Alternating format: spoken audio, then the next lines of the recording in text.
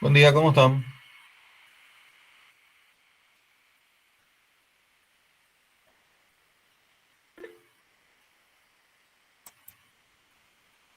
¿Qué tal, Agustina? Quiero saber si ven mi pantalla y me escuchan.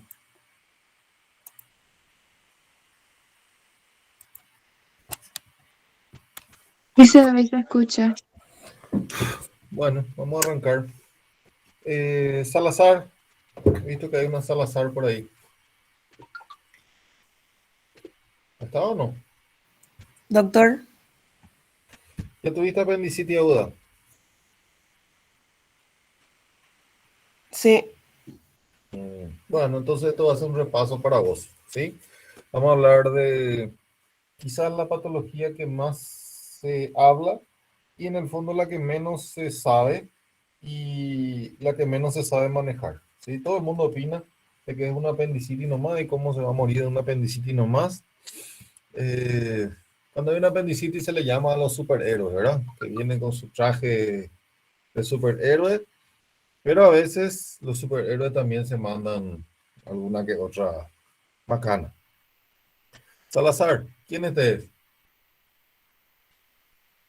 Profe, no se ve tu presentación. Se ve el Meet. mm, sí, ¿Se ve o no se ve? Se ve, me dijeron. Se Se ve, ve, pero está pegado en el se Meet, ve, profe. Bueno, ¿y quién es este? no, profe, se ve tu Meet, pero no se ve tu presentación. Tipo, se ve la pantalla, pero no está en el PowerPoint. Bueno,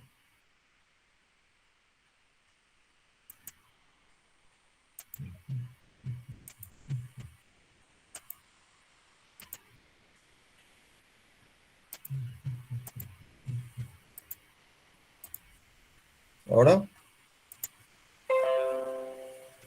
sí. Ahora sí. Bueno, apendicitis aguda. Como les dije, este, se le llaman los superhéroes, pero los superhéroes a veces se mandan una grande, ¿verdad? ¿Quién fue?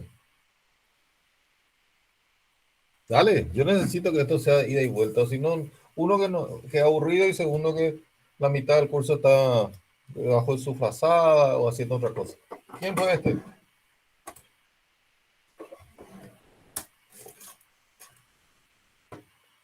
¿No? ¿No sabemos? Houdini, Sí. ¿Qué era él? un un escapista, escapista. profe. Mm, Hizo uno de los más grandes este, en la historia de los escapistas, él es el más grande, ¿verdad? Se tiraba al río dentro de una jaula, se tiraba encima de unas llamas. Tenía una relación muy conflictuada con su mamá, se murió su mamá y él quería hablar con su mamá de más allá. Entonces buscaba a alguien que realmente le conecte con su mamá en el más allá y su don era, o sea, su objetivo era desenmascarar a toda la gente que hacía la falsa magia. Los charlatanes, ¿verdad? ¿Saben de qué murió? Ahogado, profe. No, murió de una apendicitis aguda. O sea, el más grande escapista no pudo escapar de una apendicitis aguda, ¿sí? Bueno, vamos a definir lo que es la apendicitis. Además está decirle que todo lo que termina en itis es inflamación. Entonces la inflamación aguda de un órgano vestigial que tenemos, que es el apéndice secal, ¿verdad? Cuya etiología específica no se puede establecer en la mayoría de los casos. Tiene un gran impacto socioeconómico y una mortalidad general del 1%. En esta clase más o menos son 200, si a toditos les llega a agarrar una apendicitis, dos van a morir, van a morir, ¿sí? Un poco de historia, ¿verdad? La apendicitis siempre estuvo en el ser humano, no es que se descubrió ahora nomás. Este, mm, y se creía como la apendicitis progresaba y cuando se abrían los abdómenes, se encontraba que el apéndice ya no estaba. Entonces, y había un proceso inflamatorio importante con pus, entonces se le denominó la inflamación de la fosa ilíaca derecha, ¿verdad? Y siempre como ya no estaba el apéndice y lo que estaba inflamado era el ciego, se pensaba que era el ciego el problema y no el apéndice. Y se le llamaba tiflitis. La inflamación del ciego se denomina tiflitis, ¿sí? Pero recién la palabra apendicitis como tal fue hecha en 1886. Ustedes dirán, no, eso hace mucho. En realidad hace poquito. ¿Verdad? O sea, el Paraguay estaba terminando su guerra grande, o sea, ya había ciencia. Y un patólogo, Reginald Fitch, le llamó inflamación perforante del apéndice vermiforme. Vermiforme o vermicular, porque parece un parásito. Por eso se llama vermicular o vermiforme. Y secal porque está ubicado al lado del ciego. Un año después, Morton hizo la primera apendicectomía exitosa por rotura del apéndice. Por rotura del apéndice. Ya antes hubo un militar francés que le extirpó un apéndice en una hernia estrangulada. O sea, dentro de la hernia estrangulada estaba el apéndice sano. Entonces, también sacó el apéndice secal. Y pero no fue por una apendicitis aguda, ¿sí? El francés, ¿verdad? Charter Simmons trajo un enterocolito. Cuando se habla de entero o enteral, es intestino. O sea, básicamente lo que extrajo fue un pedazo de materia fecal del apéndice, ¿sí? Por un absceso o sea, hizo un absceso, hizo pus, abrió, encontró el fecalito o enterocolito, ¿sí? O sea, es materia fecal dura. Nuevamente Fitz fue el primer cirujano que usó el término apendicitis y McBurney, un año después, describió la técnica que se emplea aún hasta hoy, 1887. Y en el 71, en Alemania, un ginecólogo extrajo el primer apéndice por vía laparoscópica, ¿sí? Con técnica muy rudimentaria. El apéndice vermiforme no es un vestigio, sino un órgano linfoide, depende del intestino medio, existe solo en el hombre y los antropoides, o sea, el chancho no tiene apéndice, la vaca no tiene apéndice, se origina en la cara posteromedial del ciego en la unión de las tres tenias. Para recordarles un poquitito, el intestino delgado tiene una capa circular y una capa longitudinal. El colon tiene su capa circular completa, pero su capa longitudinal no está distribuida por toda la pared. O sea, viene en forma de tenias, viene en forma de todo agrupado. Entonces tiene una capa, o se le llama tenia a esto, una anterior y dos posteriores. Acá en el transverso, como ustedes verán, tiene también una anterior, dos posteriores y va así. También el ciego tiene abollonaduras, que son estos, y también tiene apéndices epiploicos, o sea, grasa que viene del ciego, así. Donde se unen las tres tenias, ahí está el apéndice. Y ustedes me van a decir, ¿para qué contar estas cosas? ¿A quién no le importa? Si es muy fácil, busca al ciego y está al lado. En los abdómenes hostiles, como se le llama ahora, donde uno no entiende absolutamente nada de lo que está pasando debido al pus y a la inflamación, tiene razón de ser saber estas cosas porque te confunde, ¿sí? Acá vemos las tenias, acá vemos un ciego que está fijo, ¿sí? Y donde termina esta tenia con esta tenia y la otra tenia, sale, emerge el apéndice secal. La base del apéndice secal siempre está en el ciego. La punta puede estar en cualquier lado, ¿sí? La punta puede estar en cualquier lado. Acá vemos nuevamente las tenias, tres tenias. Y en este caso, esta, como dice acá, es una vista posterior. El apéndice está detrás del ilion terminal, ¿sí? Detrás del ilion terminal. Y vamos a ir viendo algunas connotaciones especiales. El apéndice tiene todas las capas, tiene una mucosa, una muscular de la mucosa, una submucosa, y dos musculares como cualquier víscera, y también tiene su peritoneo que le engloba totalmente. Es un órgano muscular hueco, su longitud varía en un promedio de 7.5 a 10 centímetros, más o menos como el dedo meñique de cada uno, y aparece alrededor de la octava semana de gestación. Su irrigación viene en la arteria appendicular, llama la mesentérica superior, y la inervación proviene del plexo solar, ¿verdad? Hay un peritoneo seco apendicular que rodea todo el órgano. Función, hay varias controversias en esto. Hay gente que dice que carece de función, es como el, la muela del juicio, que no tiene ninguna razón de ser. Hay gente que dice que es un órgano linfoide, donde se secreta también melanotonina, ¿sí? Y hay gente que dice que sirve para que el cirujano coma. La dolencia más común del apéndice es la apendicitis aguda. O sea, hay una serie de fenómenos o serie de patologías que pueden ocurrir dentro del apéndice, pero la más frecuente sin duda es la apendicitis aguda.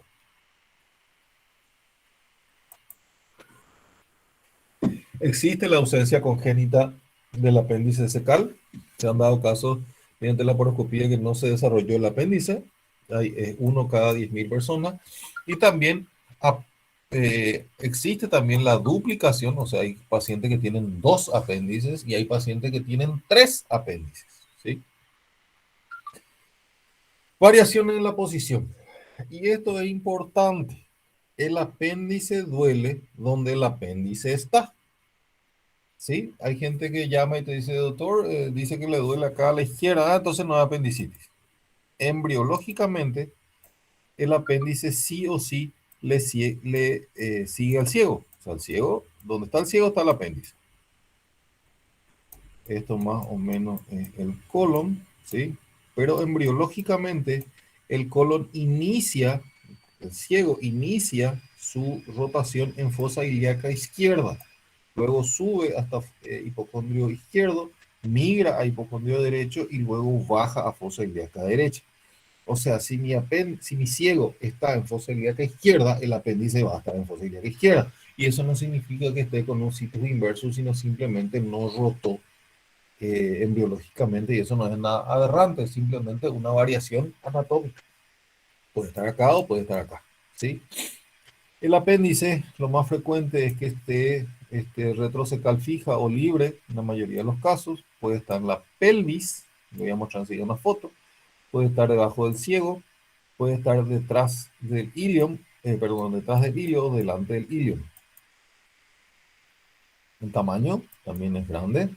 Esto es lo que querría mostrarle, ¿verdad? Normalmente esta es la situación donde está ubicado el ciego, ¿sí? Y con este ciego, el apéndice puede estar retrocecal ascendente interno, retrocecal ascendente externo. Puede ser libre retrocecal, puede ser descendente interno, puede ser preileal, puede ser retroileal, puede estar más arriba y puede estar en hipocondrio derecho, como ustedes ven. Puede estar a la izquierda, puede estar en la pelvis, ¿sí? Y acá, en este caso, si una mujer puede debutar, un varón puede debutar como diarrea. Acá la mujer puede, que ven acá un ovario, puede remediar tranquilamente un cuadro ginecológico. Al estar detrás del ciego puede confundir con un cólico renoureteral. Al estar arriba puede confundir con una colecistitis aguda. Y al estar a la izquierda ya uno dice, esto no es apendicitis, ¿sí? Y este es quizás la suma de todos los miedos de todos los cirujanos y de todos los clínicos, ¿verdad? Cuando el apéndice es retrocecal, y como ustedes ven, acá es retrocecal, no hay ningún problema, ¿sí? Acá también. ¿Cuál es el problema de esta situación? Que es retrocecal subseroso, o sea, el peritoneo pasa encima del apéndice, le envuelve al apéndice. Entonces el apéndice, uno no tiene meso. El retrocecal subseroso no tiene meso. Entonces cuando se perfora este apéndice, se perfora también la pared del ciego. ¿Sí? Es un cuadro donde uno puede terminar tranquilamente con una colectomía, de sacar todo el colon porque esto está perforado. ¿Y por qué es el miedo? Porque como está atrás, no da una sintomatología a nivel de pared anterior del abdomen. No duele adelante, ¿sí? Volvamos nuevamente a la apendicitis aguda, ¿verdad? El inicio de todo proceso es la obstrucción luminal. Eso es lo que desencadena la apendicitis aguda. O sea, el apéndice secreta moco, ¿sí? Secreta moco constantemente. Cuando hay algo en la luz, ¿verdad? En que sigue secretando moco, esto aumenta la presión intraluminal, hay vasocongestión venosa, hay vasocongestión arterial y luego termina por perforarse, ¿sí? Esta obstrucción puede ser por factores de la luz, de la pared o extraparietales. Lejos, lejos, lejos, la causa más frecuente de apendicitis aguda en adultos son los fecalitos o enterocolitos, ¿sí? Es pedazo de materia fecal dura que obstruye la luz. También puede verse por parásitos, también puede ser por cuerpo extraño, por ejemplo, semillas, ¿sí? Comida espesa, o vario en el caso de fenómenos, o sea, cuando se hacen estudios. De la pared, factores parietales. En niños, la causa más frecuente de apendicitis aguda es la hiperplasia de los folículos linfoides. O sea, los folículos linfoides crecen y obstruyen la luz del apéndice. Si tomamos niños y adultos,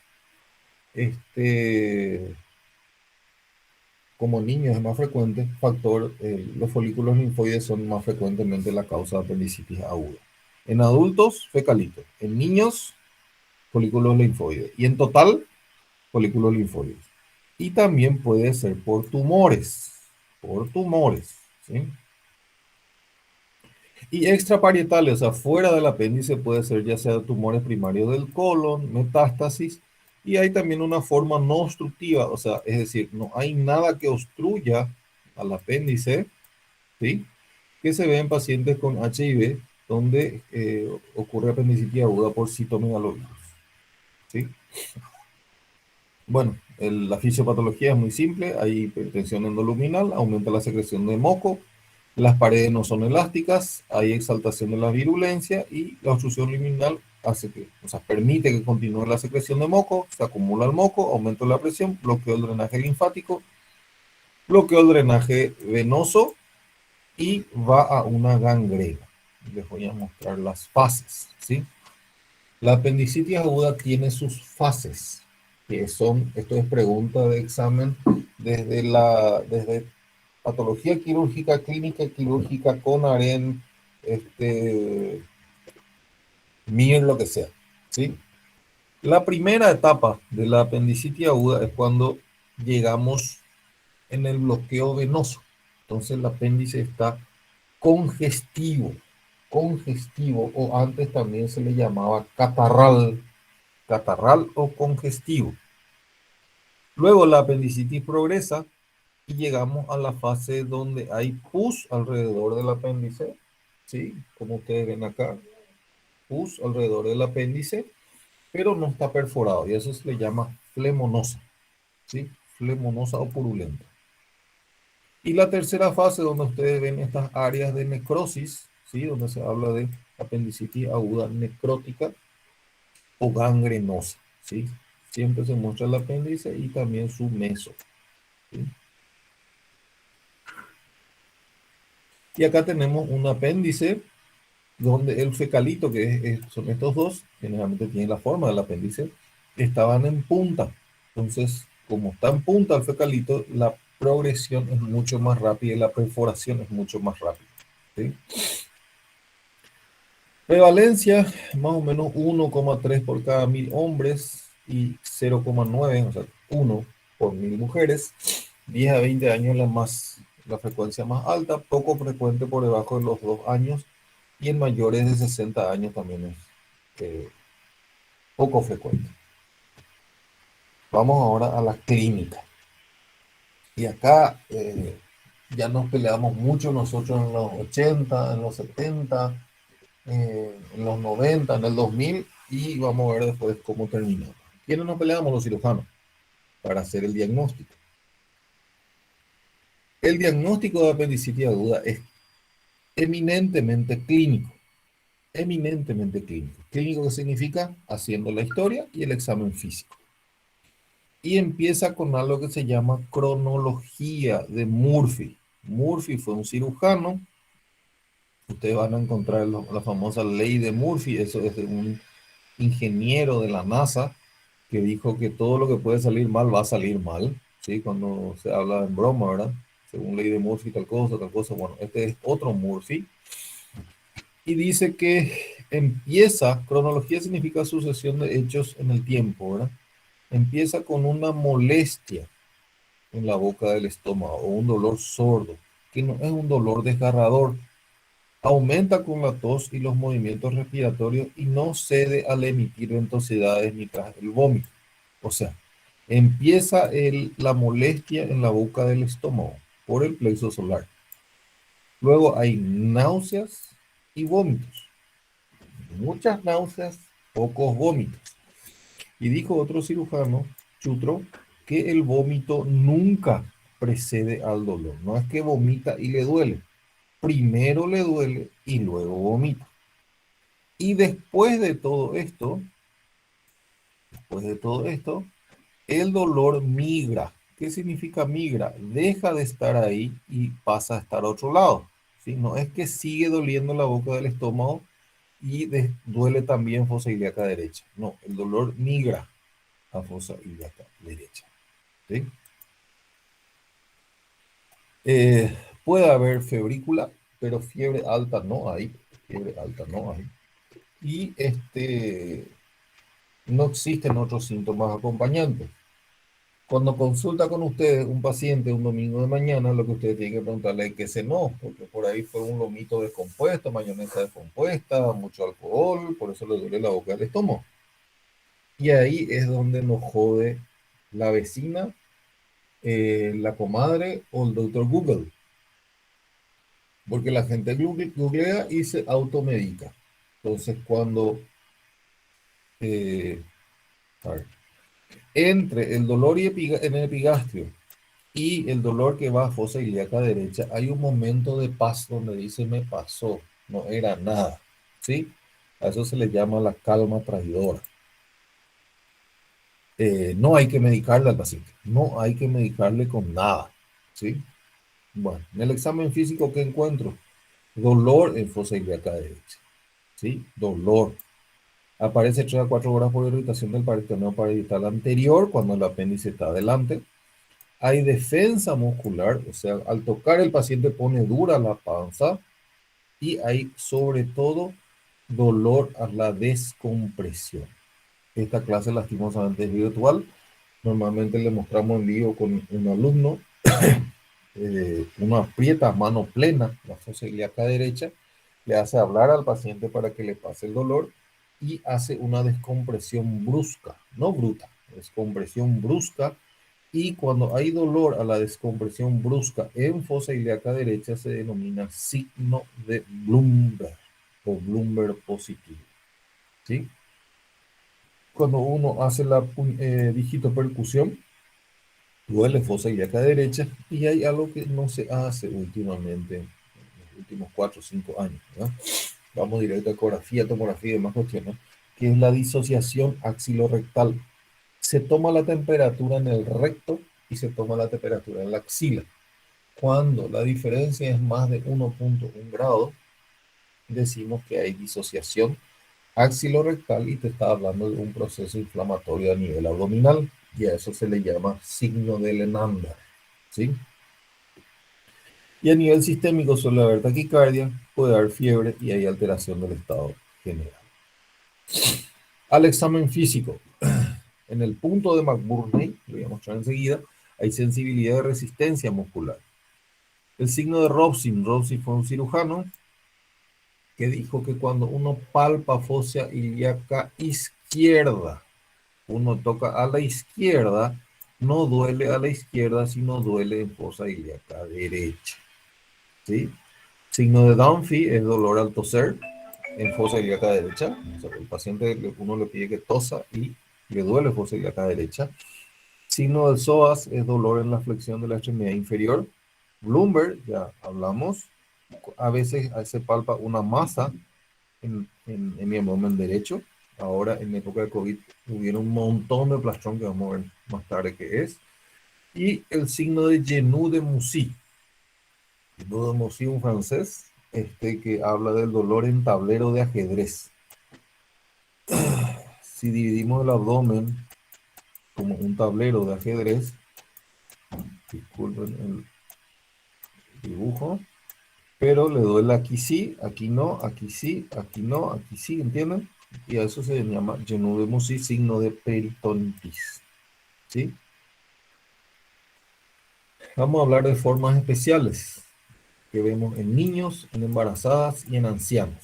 Lo anterior es lo clásico, ¿sí? En niños, ¿qué pasa con el niño? No hay una buena historia clínica, ¿sí? Entonces, en el niño, la apendicitis aguda debuta con fiebre, no debuta con dolor, ¿sí? El dolor suele ser difuso, no suele estar en fosa ilíaca derecha. Y como les dije, inicia con fiebre. Hay vómito, hay diarrea y irritabilidad. La criatura está inquieta, llora. Y el hallazgo clínico más frecuente es la distensión abdominal. ¿Sí? Eso es lo que más frecuentemente se encuentra. Y como siempre se llega tarde por todo esto, porque no hay una buena historia clínica, ni el examen físico es bueno, hay una alta incidencia de perforación. O sea, la peritonitis suele ser la regla en niños. Vamos a hablar de embarazo, ¿sí?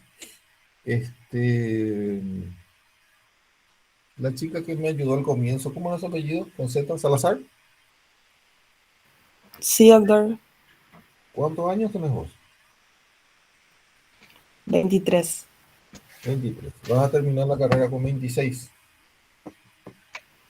Y si no recuerdo, seguramente que sí. Más o menos, ¿verdad? Después un año internado con harén, residencia y terminas tu residencia con 30 años, ¿verdad? Sí, doctor. Sí, más o menos, estamos hablando de más o menos, ¿no? Te vas Sí. al extranjero un año y medio, dos, llegamos a los 32, 33 años y volvés acá a tu país. Y buscas un incauto con el cual casarte. Te casás, muy linda la boda, todo bien, 35 años. Y en general suelen querer tener hijos, ¿verdad? Sí, Sí, en general. en general, ¿verdad? Nada particular y aparte las decisiones van cambiando con el tiempo. La perspectiva va cambiando. Entonces llega a los 35 años y querés tener un hijo. ¿Te embarazás? Estoy hablando de lo clásico, ¿verdad? Ustedes me van a decir, no, no hace falta casarse, no hace falta tener pareja, in vitro, puedo adoptar, todo lo que ustedes quieran, ¿verdad? Pero estamos hablando de lo clásico. Y te duele fosa ilíaca derecha. Entonces está la duda de si es una apendicitis o no. ¿Y qué pasa a esa edad con una mujer? Sobre todo si es su primer bebé. O sea, todos los bebés son importantes. Pero ustedes saben que en países de primer mundo, la mujer llega a esa edad ya con una alta, o sea, prioriza su carrera, entonces deja a un lado la maternidad, por trabajo, porque quiere, por lo que sea, y llega a esa edad con su primer embarazo. Y a eso se le llama feto hipervalorado, porque si pierde ese bebé, pues ya no hay más otro, por la edad, ¿verdad? Entonces está la duda de si es una apendicitis o no, ¿sí? Y quiero que quedemos en esta frase, ¿sí? La peritonitis es grave para la madre y para el feto, y la mortalidad fetal es de hasta 35%. O sea, de 3 mujeres que están embarazadas con apendicitis, de 3 mujeres que están embarazadas con apendicitis, una va a perder el bebé. Una va a perder el bebé. ¿Vamos? Si es que llega a una peritonitis. Si yo lo opero de balde, la mortalidad fetal es del 3%. Lo opero de balde le digo en el sentido de que le duele fosa ilíaca derecha, le está molestando, y bueno, tiene blanco elevado, parece una apendicitis, pero lo opero y no es. Entonces, 3 contra 30%. Es mucho, ¿sí? La diferencia. La apendicitis aguda es la urgencia quirúrgica más frecuente en el embarazo, ¿sí? O sea, es de lo que más frecuentemente se operan las mujeres embarazadas. ¿Cuál es el problema? En el primer trimestre no hay mayores problemas en el diagnóstico porque el útero está chiquitito. ¿Cuál es el problema en el primer trimestre? La paciente vomita nomás luego, tiene dolores a veces bajo vientre, sus blancos normalmente están elevados. ¿Qué pasa en el último trimestre? Hay cambios propios del embarazo que confunden, o sea, el útero empieza a crecer y se hace dueño el útero del abdomen. Y la altura uterina cambia la posición del paciente, del apéndice. El apéndice dice que el apéndice acompaña al embarazo. Y también en el último trimestre suelen ser frecuentes las infecciones urinarias. Se tiene dolor ahí abajo, le duele, no sabe si es su abdomen, si es su gestación o si es el apéndice, puede tener fiebre, a veces viene una orina patológica, ¿sí? Y ahora vamos al anciano, ¿sí? ¿Qué pasa en el anciano, en el adulto mayor, para no herir susceptibilidades? Hay atrofia de los músculos, hay atrofia de los vasos y hay atrofia de los nervios. Entonces no suele ser muy expresivo, no suele contar mucho y no suele lo sentir mucho el adulto mayor, ¿verdad? Hay trastornos vasculares propios de la edad, el músculo está atrofiado y frecuente simulación con oclusión intestinal. ¿Qué pasa con el abuelo? Empieza con náuseas, vómitos, se distiende y no se da de acuerdo. Entonces uno dice, esta es una oclusión intestinal, ¿sí?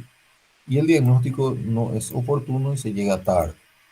Entonces, en el anciano hay dos formas en las cuales se presenta, esto suele ser pregunta de examen, ¿sí? Cuando parece una oclusión, o se le lleva al abuelo a la consulta, ¿verdad? Por dolor, por náusea, y uno al examen físico encuentra un tumor en fosa ilíaca derecha porque las asas están todas apelotonadas ahí. Entonces esa es la forma tumoral, forma oclusiva y forma tumoral. La etiología es la misma, dijimos las formas son, uno, la congestiva, también catarral, después estamos la flemonosa o supurativa, es lo mismo, ¿sí? Y después estamos con la gangrenosa o necrótica, donde ya hay necrosis de la pared. Luego, si eso progresa, va a una peritonitis localizada, que ya dieron la clase la vez pasada, o una peritonitis generalizada. Y llegamos tarde, ¿sí? ¿Cómo hago el diagnóstico? Y el diagnóstico, como les dije, es clínico, ¿sí? Pero le voy a también a pedir un laboratorio. Dentro del laboratorio lo más importante es el hemograma. Un hemograma normal no descarta para nada una apendicitis aguda. Un hemograma normal no descarta una apendicitis aguda. Se le pide también glicemia, urea, creatinina, porque hay varios cuadros que simulan o remedian una apendicitis aguda. Se le pide una radiografía simple de tórax. ¿Por qué? Porque hay neumonía de base derecha, sobre todo en niños, que remedian una apendicitis aguda y una radiografía simple de abdomen. Antes se pedía el colon por enema. Le voy a mostrar enseguida una imagen para hacer el diagnóstico. Lo más frecuentemente que se pide es una ecografía, sobre todo en mujeres. ¿Por qué? Por la patología ginecológica. Básicamente en varones, si duele fosa ilíaca derecha y hay dolor y hay defensa y hay Bloomberg, no hay otra patología, es una apendicitis aguda. Pero en mujeres la ecografía se suele pedir. Y el gol estándar, lejos, lejos, lejos, es la tomografía. La tomografía le gana a todo el resto.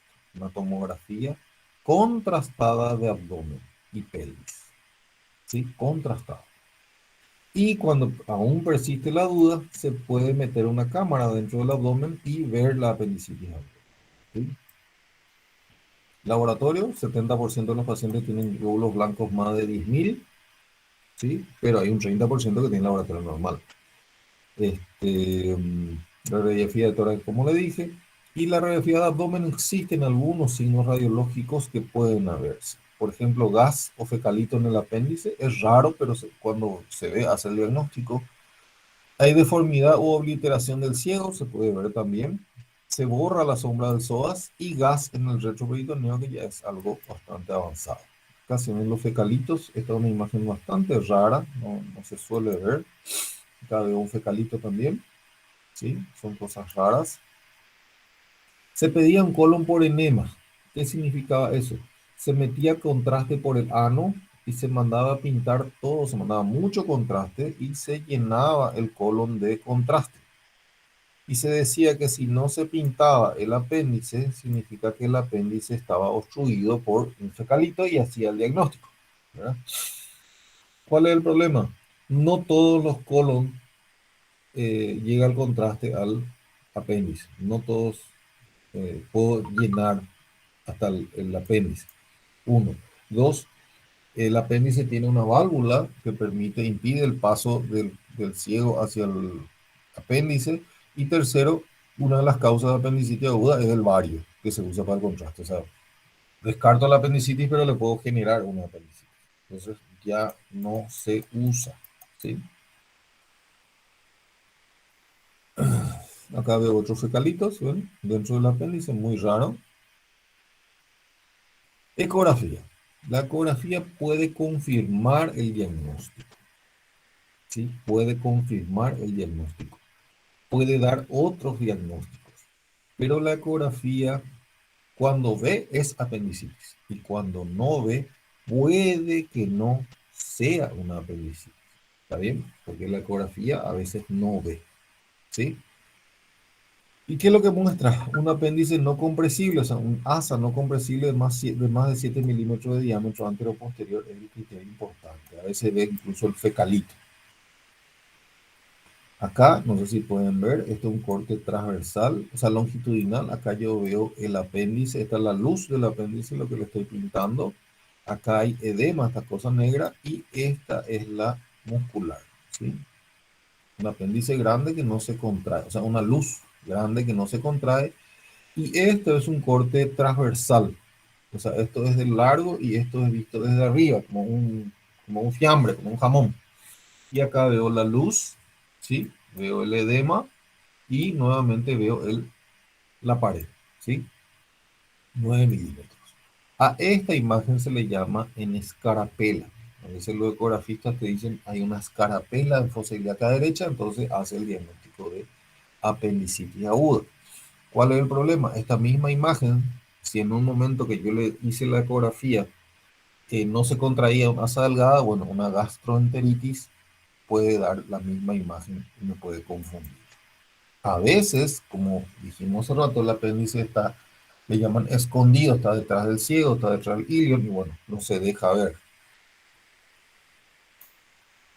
65% de efectividad en la ecografía y a veces se le agrega el Doppler para ver si está o no vascularizado. Acá vemos una linda escarapela. Acá un corte longitudinal. La tomografía. La tomografía nadie le gana, ¿sí? 95% de efectividad. Me queda un 5% de no efectividad, ¿sí? Voy a mostrar una imagen. Este es el psoas ilíaco, esta es la columna vertebral. Este es un ciego bien lleno, el corte va bajando, acá empieza a verse el apéndice. Este es el ilion, acuérdense que el ilion desemboca en el ciego. Y acá veo el fecalito. Acá está el ilion, acá está el ciego, este es el psoas, esto no me importa. Y acá está el fecalito que se ve bastante bien. Y luego en este corte, como ustedes ven, se ve el apéndice inflamado. Como ven, nadie le gana a la tomografía. ¿Qué más puedo hacer? Una laparoscopía. Meter una cámara y solucionar el problema. Y clínicamente el ojo del cirujano hace el diagnóstico de apendicitis aguda. ¿Cuál es la desventaja? Que estamos operando. O sea, es un acto quirúrgico, ¿sí? ¿Cuál es la ventaja? Que si fuese un quiste ovario, ya hago el diagnóstico también y soluciono. Si fuese una enfermedad inflamatoria intestinal, hago también el diagnóstico y solución, ¿sí? Diagnósticos diferenciales.